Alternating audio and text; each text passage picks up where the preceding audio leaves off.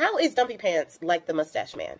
I get this question a lot. Most of the people are asking it as a gotcha question. Like, I'm not gonna know the history of the Mustache Man and how they got to where they are. And it parallels to our history and what he is doing. So I went to my old friend ChatGPT and I asked him to make a few parallels for me. The first time I asked him to make some parallels for me, he was like, I ain't touching that, can't help you. First time I wanted him to go like super in depth, and he was like, nope. This time I made it more general, okay, just compare and contrast the two, okay? Nothing else. And this is what he said the parallels were. Here's a comparative sketch. Mapping key patterns in Hitler's rise in conduct, from his World War I veteran status through the Second World War, onto parallels in Donald Trump's recent behavior. Chart 1. From humiliation to grievance politic. Hitler, WW1, Weimar, Trump, post-2020 today, veteran aura, and stab in the back. Myth. Hitler parlayed his status as a decorated WW1 soldier into a narrative that Germany's civilian leaders had betrayed the front, fostering resentment and nationalist anger. The real election was stolen. Trump casts himself and his voters as victims of a rigged system, repeatedly claiming, without evidence, that 2020's civilian electoral processes betrayed true patriots. Mobilizing veteran discontent. He founded or worked closely with Freikorps units, channeling demobilized soldiers' bitterness into paramilitary politics. Rallies and Stop the Steal mobilization. Trump's large rallies and social media calls to fight alleged fraud have similarly galvanized a base, believing itself disenfranchised by elites. Number 2, scapegoating and othering. Hitler, Jews, communists, and later Slavs became the embodiment of Germany's ills. Propaganda portrayed them as existential threats to pure German blood and culture. Immigrants, especially from Latin America, elites or globalists, and the press are cast as threats to real Americans. He labels whole groups, animals, sick, invaders, in dehumanizing terms. Parallel, both leaders weaponize fear of the other to unify an in-group, justify harsh measures, and distract from structural problems, economic dislocation, post-war trauma, or pandemic-era disruptions. Number 3, undermining democratic institutions. Hitler, Trump, delegitimizing the Weimar Republic. He portrayed the parliamentary system as weak and corrupt, promising instead a strong Führer who transcended messy politics. Attacking election integrity and judiciary. Trump repeatedly calls courts, election workers, and even his own attorney general treasonous or corrupt, framing any check on his power as illegitimate. Use of emergency powers. Once in power, Hitler used the Reichstag fire to secure the Enabling Act, effectively sidelining the legislature. Pressure on executive agencies. Trump's pressured the Department of Justice, e.g., to investigate election fraud claims, and sought to politicize the FBI and DOD, forcing loyalists into key roles. Number 4, propaganda machinery. Hitler's Ministry of Public Enlightenment and Propaganda, Goebbels, flooded newspapers, newsreels, and rallies with his message, crushing dissent. Trump's media ecosystem. While not a state ministry, Trump's repeated use of Twitter, X, and now his own social platform, allied cable news channels, and sympathetic talk radio create an alternate information environment where his narrative goes unchallenged. Parallel. Both cultivate an echo chamber, presenting themselves as the sole authentic voice against the corrupt mainstream. Number 5, cult of personality and performance. The Führer myth, carefully staged mass rallies in Nuremberg, dramatic speeches in the Zeppelin Tribune, evocative symbols, swastika, uniforms, engineered awe and loyalty.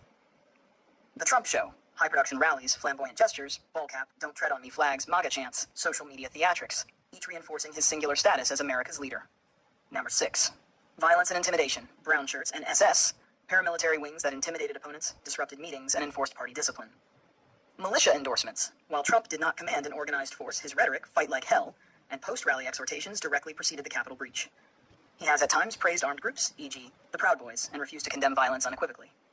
Number 7, radical revisionism, historical revision. Hitler constantly rewrote Germany's past, Weimar betrayal, November criminals, to justify his agenda. Big lie technique. Trump's ongoing insistence that the 2020 election was stolen, despite courts and officials rejecting fraud claims, echoes the weaponization of blatant falsehoods to reshape public belief. Caveats and crucial distinctions.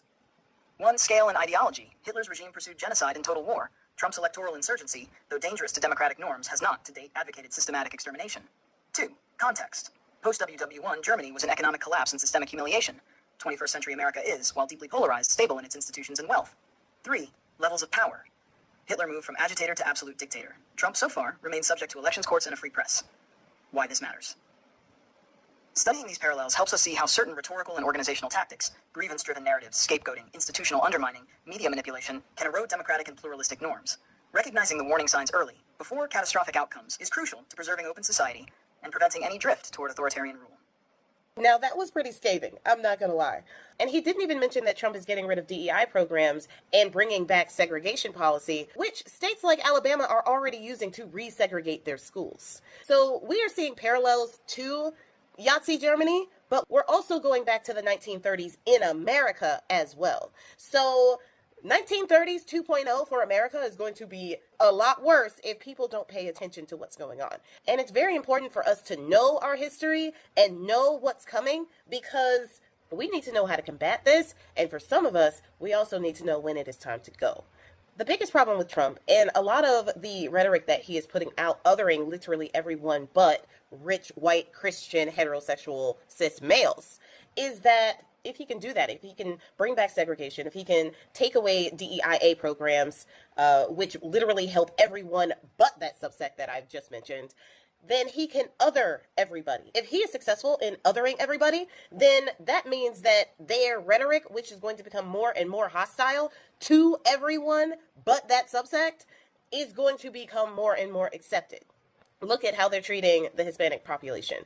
They have for years demonized those people just for coming here to find a better life. And they have come here peacefully to find a better life. Whereas we celebrate the Europeans who came here violently to find a better life. You get what I'm saying? The rhetoric matters. And a lot of times when they can just pound into reality this rhetoric that says everybody else is this class of person. They're doing it to women right now and making it more acceptable that women bleed out in their cars and have to be forced to have their essayer's baby. They're making it more accepted. They're making it more of a way of life. So people stop talking about it. People stop fighting about it. People stop protesting about it. They stop speaking about it. And when they do speak about it, they become harshly punished. And then that becomes a way of life too, to the point where when people are just dragged out of homes, nobody bats an eye. Everybody just continues on as if life is just lifing. They care more about their price of eggs than they do about that family that just got dragged out of their house in their underwear. This is why the parallels are important. This is why learning your history, knowing the history that schools are trying to bury, is important, because then we know the warning signs that tell us, hey, it is time to act, or hey, it is time to go.